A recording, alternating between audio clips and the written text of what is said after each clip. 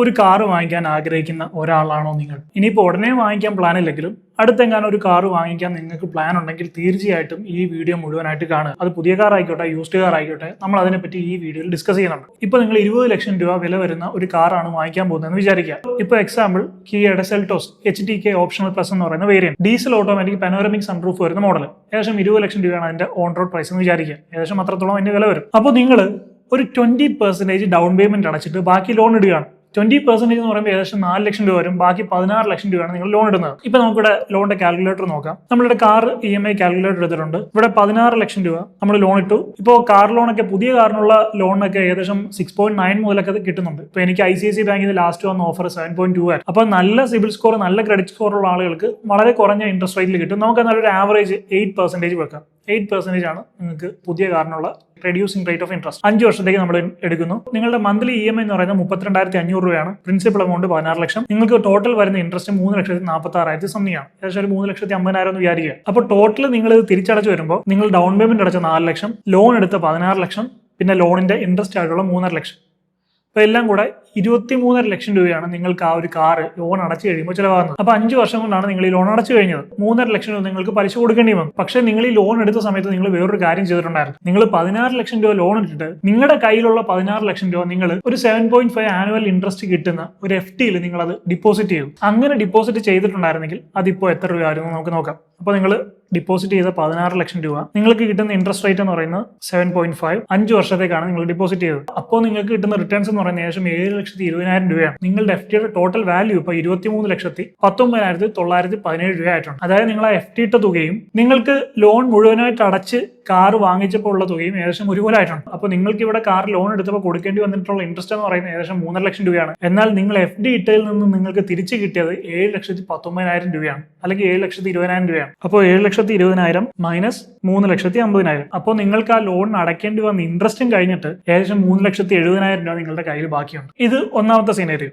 ഇനി രണ്ടാമത്തെ സിനേറിയോ നോക്കുകയാണെങ്കിൽ നിങ്ങൾ ഇത് FD ഇട്ടില്ല, അതായത് 12% വാർഷിക ശരാശരി റിട്ടേൺസ് നൽകുന്ന ഒരു ഇൻഡെക്സ് ഫണ്ടിൽ ഇൻവെസ്റ്റ് ചെയ്തു. അപ്പൊ എങ്ങനെ ഉണ്ടാവും? അതിലേക്ക് കിടക്കുന്നതിന് മുമ്പ്, അത് പറയുന്നതിന് മുമ്പ് ഞാൻ മറ്റൊരു കാര്യം പറയാം. അപ്പൊ കാറ് മാത്രമല്ല, നമ്മുടെ ജീവിതത്തിൽ നമുക്ക് മറ്റു പല ലക്ഷ്യങ്ങളും ആഗ്രഹങ്ങളും ഒക്കെ ഉണ്ടാവും. പക്ഷെ പലർക്കും അതൊന്നും നടപ്പിലാക്കാൻ പറ്റാത്തതിന്റെ ഒരു കാരണം എന്ന് പറഞ്ഞാൽ എന്തെങ്കിലും ഒരു ആഗ്രഹം വെച്ചിട്ട് ഒരു ഫണ്ട് അവർ സ്വരൂപിക്കുമ്പോൾ, അതായത് ഇപ്പോൾ എനിക്ക് അവിടെ ഒരു ട്രിപ്പ് പോകണം, ഇന്ന സ്ഥലം കാണാൻ പോകണം എന്നൊക്കെ വിചാരിച്ചിട്ടൊരു ഫണ്ട് സ്വരൂപിച്ച് വരുമ്പോഴായിരിക്കും പെട്ടെന്നൊരു എമർജൻസി സിറ്റുവേഷൻ ഉണ്ടാകുന്നത്. ആ പൈസ ആ വഴിക്ക് പോകും. അങ്ങനെ ഉണ്ടാകുന്ന എമർജൻസി സിറ്റുവേഷൻസിൽ പ്രധാനപ്പെട്ട ഒരു കാര്യമാണ് ആശുപത്രി ചെലവെന്ന് പറയുന്നത്. ഇപ്പൊ നമുക്ക് വേണ്ടപ്പെട്ടവർക്ക് എന്തെങ്കിലും ഒരു ഹോസ്പിറ്റൽ എമർജൻസി വന്നു കഴിഞ്ഞാൽ അപ്പോൾ നമ്മൾ ഒരിക്കലും നമ്മുടെ ആ ഒരു ആഗ്രഹത്തിന് ഫസ്റ്റ് പ്രിയോറിറ്റി കൊടുക്കില്ല. നമ്മൾ അവരെ എങ്ങനെ ആ ഒരു സിറ്റുവേഷനിൽ നിന്ന് രക്ഷിക്കാം, അല്ലെങ്കിൽ ഈ ഒരു ഹോസ്പിറ്റൽ എമർജൻസിക്ക് ആയിരിക്കും നമ്മൾ ഫസ്റ്റ് പ്രിഫറൻസ് കൊടുക്കുന്നത്. ഇപ്പോൾ ഒരു സാധാരണ പനി വന്നു, ഹോസ്പിറ്റലിൽ ഒരു 3-4 ദിവസം അഡ്മിറ്റ് ആയാൽ പോലും മിനിമം ഒരു 15,000 രൂപയാണ് ഹോസ്പിറ്റൽ ബില്ല് വരുന്നത്. ഇനി കുറച്ചുകൂടെ സിവിയർ ആയിട്ടുള്ള ഹൃദയ സംബന്ധമായിട്ടുള്ള അസുഖങ്ങളോ ക്യാൻസറോ പോലുള്ള അസുഖങ്ങളൊക്കെ ആണെങ്കിൽ പിന്നെ പറയേ വേണ്ട, ലക്ഷങ്ങൾ പോകുന്ന വഴി കാണില്ല. അതുകൊണ്ട് തന്നെയാണ് നമ്മുടെ ജീവിതത്തിൽ ഏതൊരു സമ്പാദ്യം തുടങ്ങുന്നതിന് മുമ്പ്, അല്ലെങ്കിൽ നമ്മുടെ ഏതൊരു ലക്ഷ്യത്തിന് വേണ്ടി പണം നീക്കി വെക്കുന്നതിന് മുമ്പ് അത് നഷ്ടപ്പെടാതിരിക്കാനുള്ള വഴിയും കൂടെ നോക്കണം എന്ന് പറയുന്നത്. അപ്പൊ അതിൽ ഏറ്റവും പ്രധാനപ്പെട്ട കാര്യമാണ് ഒരു ഹെൽത്ത് ഇൻഷുറൻസ് എടുത്തു വെക്കുക എന്ന് പറയുന്നത്. കാരണം ഒരു ഹെൽത്ത് ഇൻഷുറൻസ് ഉണ്ടെങ്കിൽ ഇങ്ങനെയുള്ള ഹോസ്പിറ്റൽ എമർജൻസി സിറ്റുവേഷൻസ് ഒക്കെ അതിൽ നമുക്ക് ക്ലെയിം ചെയ്യാൻ സാധിക്കും. ഇപ്പൊ നോക്കുകയാണെങ്കിൽ ഏകദേശം 25% ഡിസ്കൗണ്ടിൽ 51ഓളം ഇൻഷുറൻസ് കമ്പനികൾ തമ്മിൽ താരതമ്യം ചെയ്ത് ബെസ്റ്റ് ഇൻഷുറൻസ് എടുക്കാനുള്ള അവസരമുണ്ട്. അതിനുള്ള ലിങ്ക് ഞാൻ വീഡിയോയുടെ കമന്റ് ബോക്സിലും ഡിസ്ക്രിപ്ഷനിലും കൊടുത്തിട്ടുണ്ട്. മാസം ഒരു 400 to 500 രൂപ പ്രീമിയം തുകയിൽ തുടങ്ങി 1 കോടി രൂപ വരെ കവർ ലഭിക്കുന്ന ഇൻഷുറൻസ് പ്ലാനുകൾ നിങ്ങൾക്ക് അവിടെ കാണാൻ സാധിക്കും. ലക്ഷങ്ങൾ വരുന്ന ഒരു ഹോസ്പിറ്റൽ ബില്ല് എപ്പോൾ വേണമെങ്കിലും നമ്മുടെ കയ്യിലേക്ക് വരാം. അത്തരത്തിലാണ് രോഗങ്ങളും ഹോസ്പിറ്റൽ ചെലവുകളൊക്കെ വർദ്ധിച്ചു വന്നുകൊണ്ടിരിക്കുന്നത്. അപ്പോൾ ഇതുവരെ ഒരു ഹെൽത്ത് ഇൻഷുറൻസ് എടുത്തിട്ടില്ലാത്ത ആളുകൾ ഞാൻ ഡിസ്ക്രിപ്ഷനിലും കമന്റ് ബോക്സിലും കൊടുത്തിരിക്കുന്ന ലിങ്കിലൂടെ അല്ലെങ്കിൽ സ്ക്രീനിൽ കാണുന്ന QR കോഡ് സ്കാൻ ചെയ്തോ നിങ്ങൾക്ക് ഇഷ്ടപ്പെട്ട ഒരു പ്ലാൻ സെലക്ട് ചെയ്ത് നിങ്ങളുടെ ആരോഗ്യവും സമ്പാദ്യവും സുരക്ഷിതമാക്കാവുന്നതാണ്. ഇനി നമുക്ക് ടോപ്പിക്കിലേക്ക് തിരികെ വരാം. അതായത് നമ്മൾ കുറച്ചുകൂടെ റിസ്ക് എടുത്തിട്ട് നമ്മുടെ ഈ 16 ലക്ഷം രൂപ ഒരു 12% വെച്ച് വാർഷിക ശരാശരി റിട്ടേൺസ് ലഭിക്കുന്ന CAGR ലഭിക്കുന്ന ഒരു ഇൻഡെക്സ് ഫണ്ടിൽ ഇൻവെസ്റ്റ് ചെയ്യുന്നു എന്ന് വിചാരിക്കാം. അതായത് നമ്മുടെ കാറിന്റെ ലോൺ അടഞ്ഞു തീരുന്ന വരെ തന്നെ 5 വർഷത്തേക്ക് നമ്മൾ നിക്ഷേപിച്ചു. അപ്പോൾ നമ്മൾ ടോട്ടൽ ഇൻവെസ്റ്റ് ചെയ്ത എമൗണ്ട് എന്ന് പറയുന്നത് 16 ലക്ഷം രൂപയാണ്. നമുക്ക് കിട്ടുന്ന റിട്ടേൺസ് എന്ന് പറയുന്നത് 12,20,000 രൂപയാണ്. അപ്പോൾ ഇതിന്റെ ഒരു പ്രയോജനം ഞാൻ പറഞ്ഞുതരാം. നിങ്ങളിപ്പോൾ ഒരു പുതിയ കാർ വാങ്ങിച്ചു, 5 വർഷത്തിൽ ഏകദേശം 40 to 50% അതിന് ഡിപ്രിസിയേഷൻ സംഭവിക്കും. അതായത് നിങ്ങൾ 20 ലക്ഷം രൂപയ്ക്ക് വാങ്ങിച്ചൊരു കാർ ആണെങ്കിൽ അതിന്റെ ഡിപ്രിഷിയേറ്റഡ് വാല്യൂ എന്ന് പറയുന്നത് 5 വർഷത്തിന് ശേഷം ചിലപ്പോൾ ഒരു 12 ലക്ഷം രൂപയായിരിക്കും. അപ്പോൾ നിങ്ങൾ ഈ ലോൺ അടച്ചു കഴിയുമ്പോൾ അതിന്റെ ഇൻട്രസ്റ്റും കൂടെ ചേർത്ത് 23.5 ലക്ഷം രൂപ ചെലവായ നിങ്ങളുടെ ഈ കാറിന് 12 ലക്ഷം രൂപയായിരിക്കും 5 വർഷത്തിന് ശേഷമുള്ള മാർക്കറ്റ് വാല്യൂ. അപ്പോൾ ഒറ്റയടിക്ക് നിങ്ങൾക്ക് നഷ്ടം ഏകദേശം 11 ലക്ഷം അല്ലെങ്കിൽ 11.5 ലക്ഷത്തോളം രൂപയാണ്. എന്നാൽ ഇങ്ങനെ ഇൻവെസ്റ്റ് ചെയ്തിട്ടുള്ള ഒരാളാണെങ്കിൽ അയാൾക്ക് ആ നഷ്ടം ഓപ്പോസിറ്റ് സൈഡിൽ റിട്ടേൺസ് ആയിട്ട് ലഭിക്കും. അപ്പോൾ ആ ഡിപ്രിഷിയേറ്റ് ചെയ്യുന്ന നഷ്ടം കുറച്ചാൽ പോലും എക്സ്ട്രാ ഒരു 50,000 രൂപയും കൂടെ നമ്മുടെ കയ്യിലുണ്ടാവും. ഇനി കുറച്ചുകൂടെ അഡ്വാൻസ്ഡ് ആയിട്ട് പോവുകയാണെങ്കിൽ ഈ 16 ലക്ഷം രൂപ തന്നെ നമ്മൾ 8 ലക്ഷം ഒരു ഇൻഡെക്സ് ഫണ്ടിലും 8 ലക്ഷം ഒരു സ്മോൾ ക്യാപ് ഫണ്ടിലും ഇൻവെസ്റ്റ് ചെയ്യുമെന്ന് വിചാരിക്കുക. ഒരു ആവറേജ് CAGR എന്ന് പറയുമ്പോൾ 18% കിട്ടുന്നുണ്ടെന്ന് വിചാരിക്കുക. 5 വർഷത്തേക്ക് നമ്മൾ അങ്ങനെ ഇൻവെസ്റ്റ് ചെയ്തു. 5 വർഷം കഴിയുമ്പോൾ നമുക്ക് ലഭിക്കുന്ന റിട്ടേൺസ് എന്ന് പറയുന്നത് 20,60,000 രൂപയാണ്. അതായത് 23 ലക്ഷം രൂപ നിങ്ങൾക്ക് ചിലവായ കാറ് 5 വർഷത്തിൽ അതിന്റെ വാല്യൂ ഡിപ്രിഷിയേറ്റ് ചെയ്ത് 12 ലക്ഷത്തിലേക്ക് എത്തി.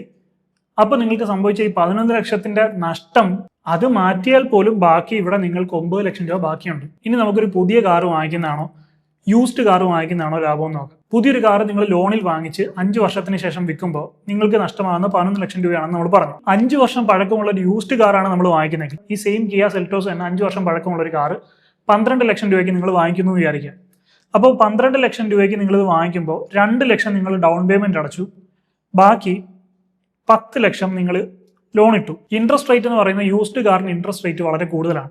നമുക്ക് ഈ പുതിയ കാറിന് കിട്ടുന്ന പോലെ അത്രയും ചെറിയ ഇൻട്രസ്റ്റ് റേറ്റ് കിട്ടില്ല. സ്റ്റാർട്ടിങ് തന്നെ ഒരു 12-13% വരും. നമുക്കൊരു സ്റ്റാൻഡേർഡ് ആയിട്ടൊരു 14-15% വെക്കാം. 15% ഇൻട്രസ്റ്റിൽ 5 വർഷത്തേക്ക് നിങ്ങൾ ലോൺ എടുക്കുന്നു. നിങ്ങളുടെ മന്ത്ലി EMI എന്ന് പറയുന്നത് 23,790 രൂപ വരും. 5 വർഷം കൊണ്ട് നിങ്ങൾ ടോട്ടൽ അടയ്ക്കേണ്ടി വരുന്ന ഇൻട്രസ്റ്റ് എന്ന് പറയുന്നത് 4,27,000 സംതിങ് വരും. അപ്പോൾ 5 വർഷം കഴിയുമ്പോൾ നിങ്ങൾക്ക് ടോട്ടൽ ഈ കാറിൽ ചിലവാകുന്ന തുകയെന്ന് പറയുന്നത് 12 ലക്ഷം പ്ലസ് ഈ എക്സ്ട്രാ വരുന്ന ഇൻട്രസ്റ്റ് 4,30,000 എന്ന് വിചാരിക്കുക. അപ്പോൾ ടോട്ടൽ ഒരു 16,30,000 രൂപയാണ് നിങ്ങൾക്ക് 5 വർഷം കഴിയുമ്പോൾ ഈ കാറിന് ചിലവാകുന്നത്. പക്ഷേ 5 വർഷം കഴിയുമ്പോൾ ഈ യൂസ്ഡ് കാറിന്റെ വാല്യൂ എന്ന് പറയുന്നത് ചിലപ്പോൾ ഒരു 8 ലക്ഷം രൂപ ഉണ്ടാവുള്ളൂ. അപ്പോൾ 8 ലക്ഷം രൂപയോളം നിങ്ങൾക്ക് അവിടെ നഷ്ടപ്പെട്ടു. നിങ്ങളൊരു പുതിയ കാർ വാങ്ങിക്കുമ്പോൾ ഉണ്ടാകുന്ന നഷ്ടം 11 ലക്ഷം രൂപ, ഒരു യൂസ്ഡ് കാർ വാങ്ങിക്കുമ്പോൾ ഉണ്ടായ നഷ്ടം 8 ലക്ഷം രൂപ. അപ്പോൾ ഇത് തമ്മിൽ ഒരു 3 ലക്ഷം രൂപയുടെ ഡിഫറൻസേ ഉള്ളൂ. ഈ 3 ലക്ഷം രൂപയുടെ ഡിഫറൻസ് എന്ന് പറയുന്നത് ഇത് വലിയൊരു ഡിഫറൻസ് അല്ല. കാരണം ഒരു പുതിയ കാറാണ് നിങ്ങൾ വാങ്ങിക്കുന്നതെങ്കിൽ അതിന് മെയിൻ്റനൻസ് കുറവായിരിക്കും, അണ്ടർ വാറണ്ടി ആയിരിക്കും. എന്തെങ്കിലും പ്രശ്നം വന്നു കഴിഞ്ഞാൽ തന്നെ നമുക്ക് അത് വാറണ്ടിയിൽ മാറിക്കിട്ടും. 5 വർഷം കഴിഞ്ഞൊരു കാർ എന്ന് പറയുന്നത് അതിന് വാറണ്ടി ഗ്യാരണ്ടി ഒന്നുമില്ല. എന്തെങ്കിലും കംപ്ലൈന്റ് വന്നാൽ നമ്മൾ നമ്മുടെ കയ്യിൽ നിന്ന് തന്നെ എടുത്തിട്ട് പൈസ ചിലവാക്കണം.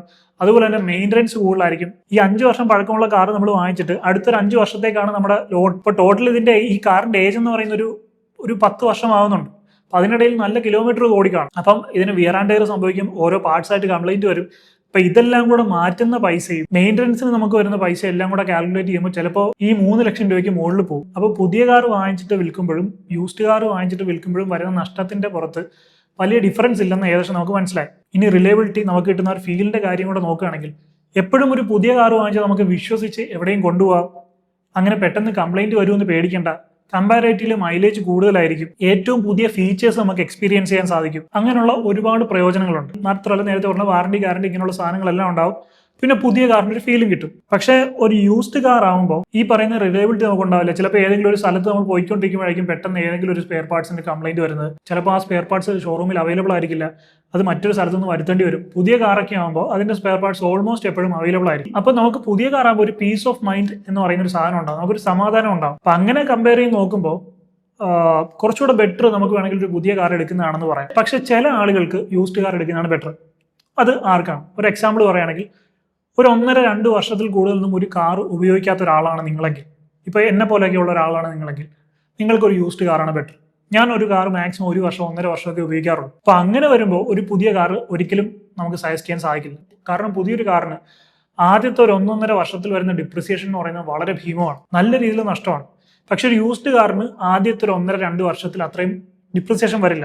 അതായത് നിങ്ങൾ 20 ലക്ഷം രൂപയുടെ ഒരു പുതിയ കാർ എടുത്ത് ആദ്യത്തെ ഒരു 1-1.5 വർഷത്തിൽ ചിലപ്പോൾ 3 ലക്ഷം രൂപ 4 ലക്ഷം രൂപയ്ക്ക് അതിന് ഡിപ്രിസിയേഷൻ സംഭവിക്കും. അതേസമയം ഒരു 12 ലക്ഷം രൂപയ്ക്ക് നിങ്ങളൊരു യൂസ്ഡ് കാർ എടുത്ത് ആദ്യത്തെ ഒരു 1.5-2 വർഷത്തിലൊക്കെ ചിലപ്പോൾ 1 ലക്ഷം അല്ലെങ്കിൽ 2 ലക്ഷം രൂപയൊക്കെ മാക്സിമം ഡിപ്രിസിയേഷൻ സംഭവിക്കുള്ളൂ. അപ്പോൾ അങ്ങനെ നോക്കുമ്പോൾ 1 വർഷം 1.5 വർഷം അല്ലെങ്കിൽ 2 വർഷത്തിലേക്ക് കാർ മാറ്റുന്ന ഒരാളാണ് നിങ്ങളെങ്കിൽ നിങ്ങൾക്ക് ബെസ്റ്റ് യൂസ്ഡ് കാർ ആയിരിക്കും. അപ്പോൾ പുതിയൊരു കാർ വാങ്ങിക്കുന്നതാണോ യൂസ്ഡ് കാർ വാങ്ങിക്കുന്നതാണോ ഫുൾ ക്യാഷിൽ എടുക്കുന്നതാണോ ലോണിൽ എടുക്കുന്നതാണോ ഏറ്റവും നമുക്ക് ലാഭം എന്നൊക്കെ നിങ്ങൾക്ക് മനസ്സിലായിട്ടുണ്ടാവും എന്ന് ഞാൻ പ്രതീക്ഷിക്കുന്നു. അത് നിങ്ങൾക്ക് മനസ്സിലാക്കി തരിക എന്നുള്ളത് തന്നെയായിരുന്നു നമ്മുടെ ഈ ഒരു വീഡിയോയുടെ ഉദ്ദേശവും.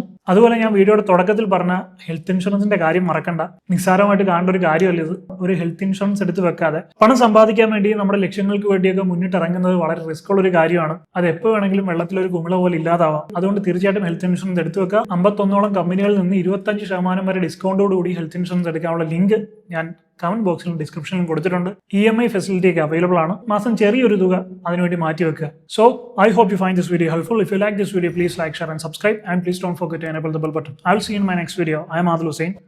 Signing off.